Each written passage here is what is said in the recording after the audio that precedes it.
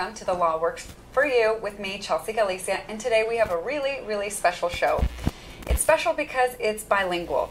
It's covering a topic that we talked about recently, wage and hour, but I thought it was very important that we do this in Spanish so that everybody in this community who doesn't understand English and who hopefully is more comfortable in Spanish can understand what these wage and hour rules are all about, because it's something that affects most all of us, since all of us have a job. So today we're really fortunate to have an attorney come all the way down from San Luis Obispo who speaks Spanish and will explain to you everything that you need to know about wage and hour, to know that your own rights and to see if maybe you have a claim. So I want to welcome Hernaldo Baltonado to our show today. Thank you so much for being here and for coming all the way down here. Buenas tardes, Chelsea. Thank you. So what we're going to do, because my Spanish is not that great, maybe sometimes I'll throw it in, but I don't want to embarrass myself too much.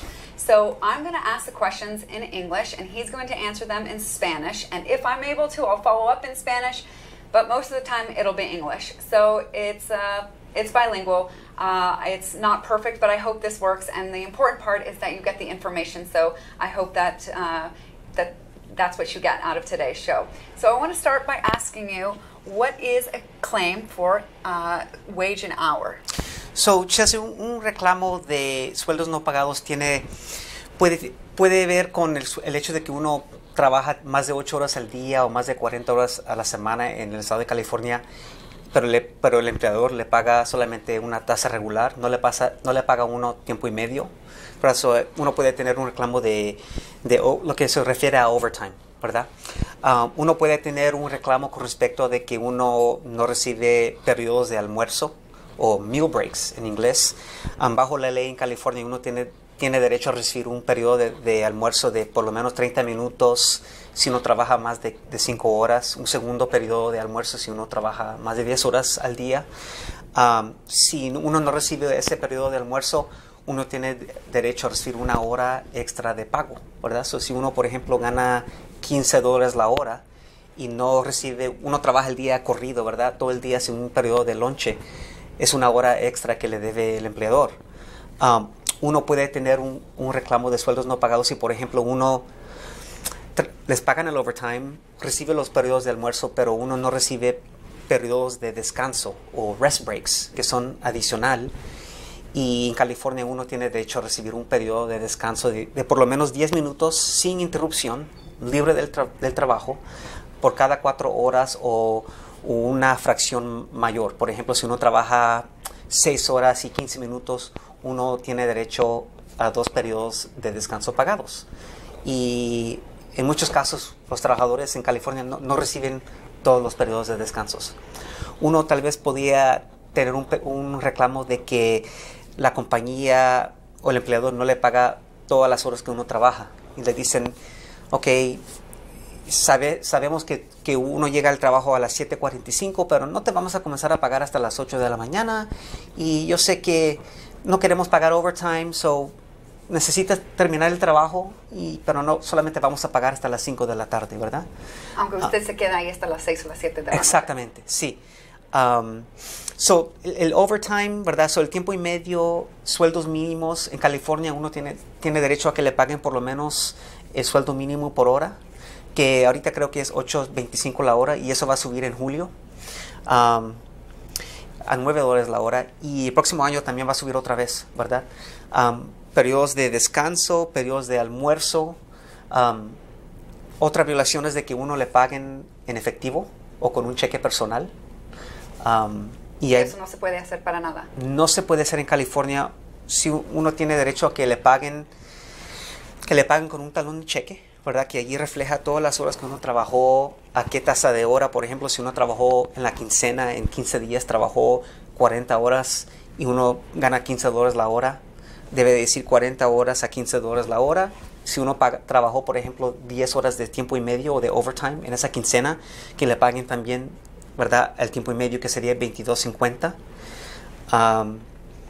Y uno tiene derecho a recibir un talón que refleja las horas y el pago que uno ganó durante la quincena. Uno no debe de, por ejemplo, si yo recibo un talón, debería yo poder entender que me está pagando bien mi empleador sin yo tener que consultar mi calendario o otros papeles. Lo debe decir ahí todo. Sí, exactamente, ¿verdad? Okay. Y no debo de tener que buscar una calculadora, un abogado para yo calcular si en realidad me pagaron bien, ¿verdad? Okay. Y si usted sabe que no le pagaron todo, pero usted no tiene documentos, ¿alguna persona puede ir con un abogado para que le puedan ayudar a poner un reclamo o tienen que estar aquí con papeles, con Social Security number válido? Sí, la pregunta es si uno puede traer un reclamo de sueldos no pagados si uno no tiene, si uno es, por ejemplo, indocumentado, Sí. ¿verdad? Y la respuesta es sí. En California, el hecho de que uno no tenga papeles o ha usado un seguro social chueco no tiene nada que ver con el hecho de que uno debe de ser pagado correctamente bajo la ley. ¿Alguna vez usted ha mirado que un empleador Ha amenazado, por ejemplo, un empleado que si van a Exactly what I'm thinking. si van a hacer un reclamo, que el empleador le va a amenazar que con la inmigración lo van a deportar o llamar a la policía? Mucha de mi práctica me consiste de representar a trabajadores indocumentados. Y me ha pasado en varias ocasiones donde el dueño de la compañía o el abogado me ha dicho, sabes que tu cliente no, de verdad lo vamos a reportar a la inmigración porque no tiene papeles. Y mucha gente tiene miedo de eso. Claro que sí, cómo no, ¿verdad? Yo entiendo eso, pero bajo la ley en California no tiene que ver nada con el hecho de que uno tiene derecho a que le paguen bien el overtime, los sueldos mínimos, a recibir los periodos de almuerzo, a recibir los periodos de descanso. Y a partir del 1 de enero de este año, es un crimen que alguien amenace a uno porque uno está reclamando sus derechos bajo la ley con respecto a sueldos no pagados, ¿verdad? Es un crimen, ¿verdad? Y en mi experiencia yo he practicado en este ramo de ley más de 12 años y he representado a cientos de trabajadores sin papeles, ¿verdad? En conseguir sus sueldos no pagados y ninguna vez ha ocurrido donde mi cliente fue deportado o fue encarcelado, nada, ¿verdad? Y la realidad es de que muchos empleadores, ellos saben que cuando están contratando uno no tiene papeles, ¿verdad? Y que uno tal vez no habla inglés muy bien y ellos se aprovechan de eso, ¿verdad? Ellos piensan de que, bueno, este señor o esta señora no van a hacer nada porque no hablan inglés, no tienen papeles. No saben sus derechos. No saben sus derechos, ¿verdad? Y nos vamos a aprovechar de ellos, ¿verdad? Pero en California eso no es la realidad, ¿verdad? Cada persona tiene derecho a que le paguen bien por el trabajo duro que uno hace. Muy bien. Y si alguien quiere hablar con un abogado, ¿tiene que dejar su trabajo primero o puedes seguir trabajando para la compañía y poner un reclamo al mismo Claro. tiempo? No, uno no tiene que esperar hasta cuando uno deje del trabajo para consultar con un abogado para ver si uno tiene, qué son sus derechos, para averiguar si sus derechos han sido violados, ¿verdad? Pero la realidad es de que muchos trabajadores tienen temor en decir algo, en quejarse, porque ellos dependen de sus trabajos para mantener a sus familias, ¿verdad? Y se aguantan y no dicen nada, y no es hasta cuando ellos renuncian o cuando son despedidos que ellos hablan con un abogado como mí, ¿verdad? Para ver qué son mis derechos. Pero no se tiene que esperar hasta que uno ha dejado de trabajar, ¿verdad? Y la ley protege a un empleado de que un empleado que está trabajando por una compañía que se queja acerca de prácticas injustas con respecto a sueldos no pagados. Por ejemplo, un empleado se queja de que trabajamos aquí todo el día sin lunch, sin descanso. Trabajo 1 hora extra cada día, pero solamente trabajo 9 horas, pero solamente me pagan 8. Y bajo la ley, ese empleado está protegido bajo la ley, ¿verdad? No puede haber represalias o retaliation, ¿verdad? No puede ser despedido o que le corten las horas. Es conducta protegida bajo la ley. Okay, muy bien. Y si alguien va al abogado, are they going to charge them? ¿Tienen que pagar para consultar con un abogado? Sí, muy buena pregunta. La pregunta es si uno quiere hablar con un abogado, ¿verdad? Y quiere saber si va a tener que pagarle al abogado un montón de dinero para consultar con él o ella, ¿verdad? Y típicamente un abogado que es honesto o abogada que es honesta no le va a cobrar por una consulta, ¿verdad? Uno llama, tal vez va a haber una conversación por teléfono acerca de los temas y tal vez una junta en persona, pero un abogado que representa a trabajadores que han sido, sus derechos han sido violados, no cobra a esa persona para una consulta de 1 hora o 2 horas, ¿verdad? ¿Cómo es que el abogado va a ser paid for their work? Sí, usted me está preguntando cómo es compensado el abogado por su trabajo.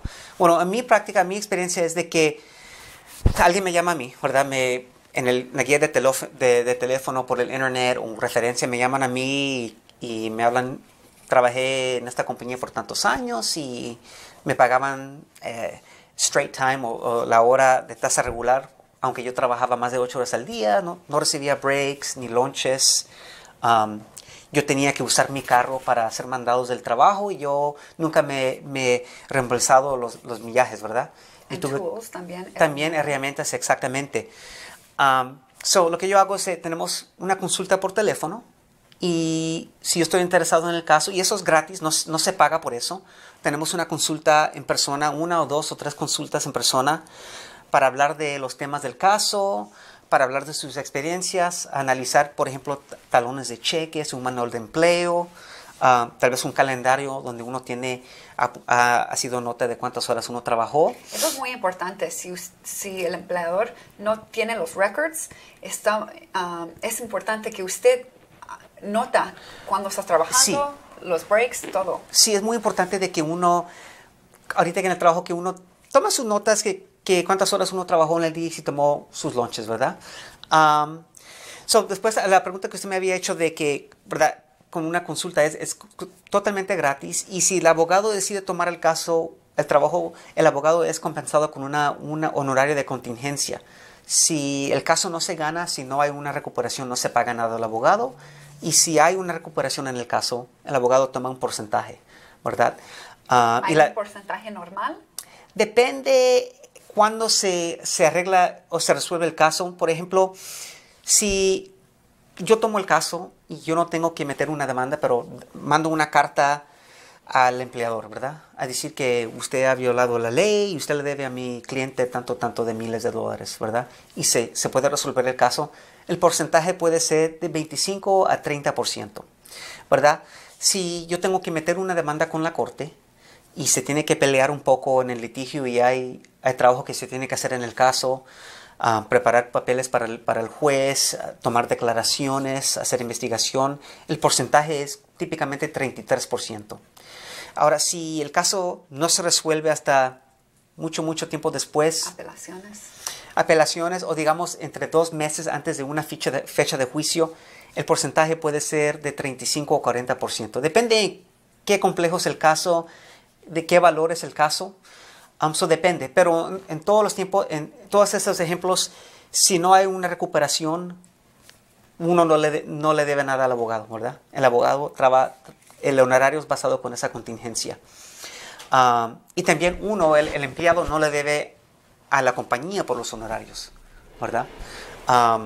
Porque bajo la ley es importante que los empleados ejercen sus derechos bajo la ley, que no se queden con las bocas cerradas, pero que si ellos miran que hay algo mal, incorrecto, que toman un paso adelante y que hagan algo, ¿verdad? ¿Y una persona debe de venir solo o tiene que estar con un grupo de los otros empleados? Ok. Si la pregunta es si uno puede traer un reclamo individualmente o con otros, ¿verdad? Se puede hacer individualmente. Típicamente, en mi experiencia, clientes, ellos me llaman y es una persona que se ha sentido que sus derechos han sido violados. Y tal vez tienen compañeros o compañeras también del trabajo. Pero ellos hablan conmigo y, ¿verdad? Traen un manual de empleo si lo tienen, o Employee Handbook, pólizas escritas que tal vez la compañía tenía acerca de los periodos de descanso, de lonche o de tiempo y medio, del overtime, ¿verdad? Talones de cheques, calendarios, que hablamos de eso, ¿verdad? Uno apunta las horas, cuántos días trabajaba a la semana. Y no es necesario tener eso, pero ayuda, ¿verdad? En veces si yo analizo el caso, yo miro que el caso individualmente tiene un valor de 5 o 10 mil dólares, o un valor que, como le dijera, no requiere demandar una corte, porque para meter una demanda en la corte superior, el valor del caso tiene que ser por lo menos $25,000, ¿verdad? Pero si usted me dice, si el cliente me dice, bueno, hay 3 o 4 más locaciones, oficinas de esta empresa, y conmigo trabajan 50 personas, yo sé que las otras oficinas tienen como 50 personas, o hay como 400, 500 personas que trabajan para la compañía. Y si yo puedo ver que las prácticas, por ver los talones de cheques o por yo analizar el manual de empleo, yo puedo ver de que, por ejemplo, la compañía, la póliza son ilegales, no calculan el tiempo y medio correctamente, o yo puedo ver de que las pólizas de la compañía no cumplen con la ley, ¿verdad? Aunque yo no, el caso individualmente no merece meter la demanda en la Corte Superior, yo puedo meter una demanda colectiva y solamente necesito que una persona, ¿verdad? La persona que me ha llamado, el cliente, mete la demanda como un representante de una clase, de una demanda colectiva. Pero esa persona no tiene que ir a agarrar los demás y traerlos. No, no es necesario que esa persona, ¿verdad? Like recruit them. No, esa persona, la pregunta es si ese empleado tiene que, como le dijera, organizar a los otros trabajadores para llevar una demanda colectiva y digamos que hay 500 empleados total. Esa persona, ¿verdad? No tiene que organizar los 500 empleados. Solamente toma una persona, ¿verdad? Que está dispuesta a llevar la demanda para ejercer sus derechos y los derechos de sus compañeros, ¿verdad? Y es un tema muy importante porque es muy raro que un empleado que trabaja para una compañía, aunque él o ella sabe de que las pólizas y las prácticas son injustas, no van a decir nada porque tienen miedo en perder sus trabajos. Típicamente es una persona que ya no trabaja allí en la compañía que toma un paso y mete una demanda. Y la demanda se mete por medio no solamente de esa persona, pero por medio de todos los trabajadores, los que trabajan allí y los que ya no trabajan allí. ¿Cuánto tiempo se puede ir atrás para agarrar el dinero? Okay. What's the statute of limitations? Ok, la pregunta es por cuánto tiempo, si uno mete una demanda, por cuántos años uno puede recuperar esos sueldos no pagados. Sí. Y en California es básicamente 4 años. Si yo meto una demanda mañana es el 25 de junio, creo que es, ¿verdad? Y mete la demanda Chelsea, ¿verdad? No le están pagando bien en la empresa donde ella trabaja.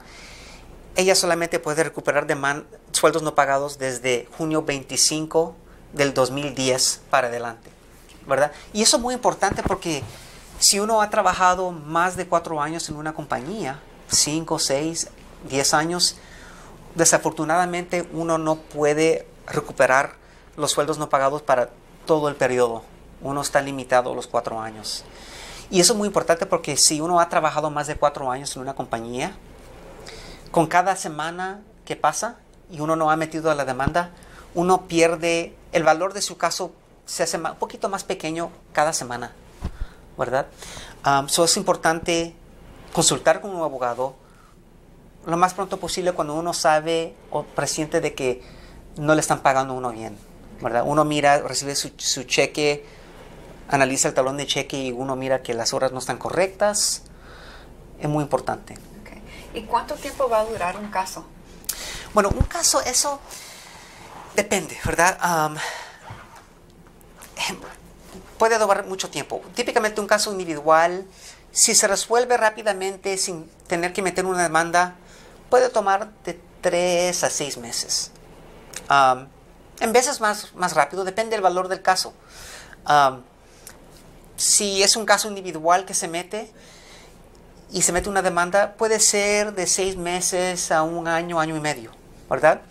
Si se mete una demanda colectiva, para resolver el caso puede ser por lo mínimo es 1 año. 1 año a 2 años y medio, ¿verdad? Porque cuando uno mete una demanda colectiva, si se llega a arreglar el caso, la corte tiene que aprobar el arreglo, ¿verdad? Y ese es un proceso que toma varios meses. Y si alguien gana su caso, ¿qué van a ganar? ¿Es nomás el dinero que le deben o es más por pain and suffering o penalties? Ok, la pregunta es de si uno tiene un reclamo de sueldos no pagados, si uno puede ¿qué es lo que uno puede, qué gana uno? ¿Qué uno va a recuperar uno, verdad? So, además de los sueldos no pagados, como el tiempo y medio, el sueldo mínimo, uno puede recuperar sueldos o honorar, como lo dijera, sueldos para como multas de no recibir un periodo de almuerzo o de lonche. Si uno, por ejemplo, digamos que uno trabajó la pasada semana, trabajó 5 días y trabajó 8 horas al día, ¿verdad? Y uno no recibió ningún lonche, trabajó las horas corridas sin ningún descanso. Uno comió, pero estaba trabajando y comiendo, ¿verdad? Comiendo a la corrida. Y muchos de mis clientes les ha pasado eso. Es una hora extra de pago que uno puede recuperar por cada violación. Y digamos de que uno tampoco no recibe los periodos de descanso. So, en esa semana de 5 días, uno puede, y digamos que uno gana $10 la hora, ¿verdad? Serían $50 por la semana por no recibir los almuerzos. Y podría ser otros $50 a $100 por no recibir los periodos de descanso. Ahora, si uno ha trabajado con la compañía 3 o 4 o 5 años, el valor de ese caso puede, solamente para los periodos de almuerzo y descanso pueden ser $20,000. ¿Okay? Además de esa compensación, se puede recuperar multas que son bastante drásticas para la compañía. Y le voy a dar un ejemplo. Hay un código laboral donde dice que si uno no les pagan todos los sueldos cuando uno deja de trabajar para la empresa, ¿verdad? Uno puede recuperar una multa de 30 horas de sueldos. ¿Okay? So, digamos que a uno nunca tomó lonche y nunca le pagaron esa hora extra de la multa, ¿verdad? Uno puede recibir una multa de 30 horas o 30 días de sueldos. So, digamos, si uno trabaja $10, gana 10 la hora, a 8 horas al día son 80. 80 por 30 son, creo que, $2,400 de multa. Es un código laboral 203 de California, ¿verdad? Hay otras multas también. So, los sueldos no pagados, ¿verdad? Si hay un reclamo de overtime, un reclamo de sueldo mínimo y compensación por los periodos de descanso y de almuerzo y también multas. También uno puede recuperar sus honorarios de abogados. So, digamos de que uno mete la demanda y la compañía no quiere arreglar a las buenas y uno contrata un abogado y el caso va a juicio y el abogado ha invertido, digamos, $100,000 en honorar de su tiempo y uno gana su caso, y digamos de que el juez o el jurado le da a uno un premio de $50,000 por el overtime, el sueldo mínimo y los periodos de descanso y de almuerzo y las multas. ¿Okay? Y si el abogado ha gastado $100,000 de su tiempo, usted también puede, el abogado va a ser compensado los $100,000 de honorarios. Wow. Ahora, no se puede recuperar daños emocionales, por ejemplo, porque uno hay mucha presión en demandar una empresa y uno se siente mal o no puede dormir. Eso no se puede recuperar esos tipos de daños en un caso como este, ¿verdad? Pero como un caso de hostigamiento, discriminación o despido injusto, sí se puede recuperar eso. Pero se puede recuperar mucho dinero que a uno le debe, ¿verdad? Y bajo la ley, abogados como yo tenemos el incentivo para ayudar a trabajadores, porque si el trabajador gana el caso, uno puede también recuperar los honorarios de abogados, ¿verdad? Y los gastos. Porque es muy caro demandar a una empresa, ¿verdad? Solamente meter la demanda son como $500, ¿verdad? El abogado va a avanzar esos gastos, ¿verdad? Y esos gastos se van a recuperar al final del caso. Pero digamos de que yo tengo que tomar la declaración de el supervisor, el dueño de la compañía, 3 o 4 otros empleados, y es muy caro las deposiciones, pero el abogado va a avanzar esos gastos. Pero si se gana el caso, bajo la ley, la empresa tiene que pagar a lo que le pertenece al empleado y también los gastos y los honorarios del abogado que representó al empleado. ¿Usted tiene casos contra compañías muy grandes o ellos tienen tantos abogados que ellos ya saben lo que están haciendo y hagan todo bien y usted no tiene ningunos casos con ellos? Entonces, ¿nomás se pueden poner reclamos contra compañías más pequeños? ¿O cuáles son las compañías que violan estas reglas? Es una pregunta muy buena. Mi práctica, típicamente la mayoría de mis casos son en contra de empresas grandes. Empresas que tienen más de 5,000 o 10,000 empleados. También tengo casos en contra empresas pequeñas. Digamos, un restaurante, una panadería que tiene 5 o 10 empleados. Y en mi experiencia, se viola la ley. Estas violaciones son muy comunes en empresas grandes y en empresas más pequeñas. Ahora, las empresas grandes son mucho más sofisticadas y han sido demandados ya y tienen abogados que trabajan por ellos, que los asesoran, ¿verdad? Pero todavía hay, por lo menos 50% de mis casos son en contra de las empresas grandes, ¿verdad? Y sí, ellos contratan a abogados que trabajan en bufetes grandes, pero en mi opinión me gusta así, porque ellos saben lo que ellos están haciendo, nos entendemos. También hace mucho tiempo trabajé yo en una bufete de abogados grande, yo representaba empresas, y eso no tiene nada que ver, ¿verdad? En mi opinión, la ley se tiene que esforzar y para todos, no importa si uno trabaja para una empresa grande o pequeña.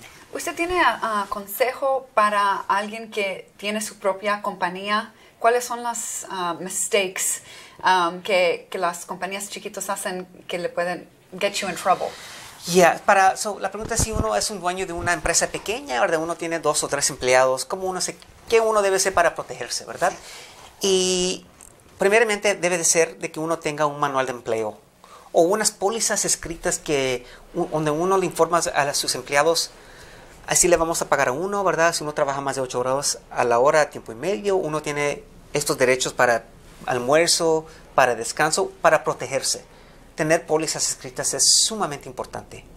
También es employee versus independent contractor, ¿eso también puede ser problema? Sí, también además de no tener pólizas escritas, es inmediatamente, por ejemplo, clasificar a un empleado como un contratista independiente, ¿verdad? Donde uno no le...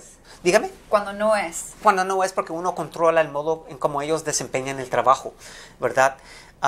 El hecho de que uno dice es contratista independiente, por ejemplo, eso lo veo mucho en construcción, digamos, ¿verdad? Bajo la ley, hay muchas, es en contra de la ley y las multas son muy drásticas, ¿verdad? También es, por ejemplo, a no pagar a un empleado tiempo y medio o darle descansos y periodos de lonche porque uno le da un salario y le da el título de encargado, ¿verdad? Esos son errores comunes, y eso tiene que ver con no consultar con un abogado, ¿verdad? Si uno, por ejemplo, tiene 3 o 4 empleados y hay alguien que está encargado de 2 otros, ¿verdad? Un supervisor, antes de clasificarlo como supervisor que no tiene derecho a recibir tiempo y medio, debe de consultar con un abogado. Ok, muy bien. ¿Y de dónde viene su pasión para parte de la ley? A mí me encanta el trabajo que yo hago, ¿verdad? Mi práctica, yo me dedico a representar a trabajadores, a recuperar, que han sido tratados injustamente, que no han sido pagados justamente. Mi papá y mi mamá, bueno, yo soy de Nicaragua, ¿verdad? Y mis padres son de Nicaragua. Vinimos aquí en el 79 y ellos solamente llegaron al 2º grado. Y en este país han trabajado en an assembly line, una línea de asamblea, han trabajado limpiando casas y mis clientes son como mis padres, ¿verdad? Y ellos trabajaron muy duro para pagar la renta y darnos techo, ¿verdad? Y comida y ropa cuando yo era niño. Para mí el trabajo es muy personal para mí. Mis padres, había un periodo cuando no teníamos papeles. Yo entiendo muy bien cuando un empleado, una persona, un latino, un inmigrante, tiene miedo en decir algo, en ejercer sus derechos, porque uno tiene ¿verdad? Tiene hijos, ¿verdad? Para mí es muy personal el trabajo, me encanta mi trabajo, y me dedico, mi práctica se dedica a eso. Muchas gracias por estar aquí. Gracias, Chelsea. And you should also know that he will take your case even if you live here in El Monte or San Gabriel Valley or anywhere in Los Angeles County, even though he is in Central California. Thank you for joining us. We'll see you next time.